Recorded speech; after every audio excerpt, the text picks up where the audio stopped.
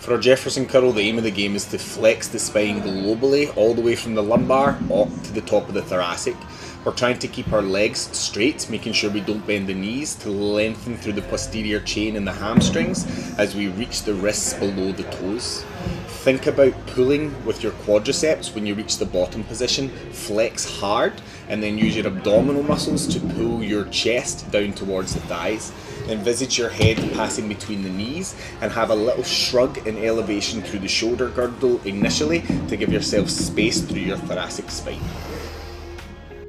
Good boy. Okay, last one. Exceptional So really flexibility. try not Just let shift that your weight travel forward, too far Kyla. between the knee. There you go. Is it an earthquake or is that just your left leg? Good, and back up tall. Funny how it's the left side again, eh? Good boy. Excellent Last work. one.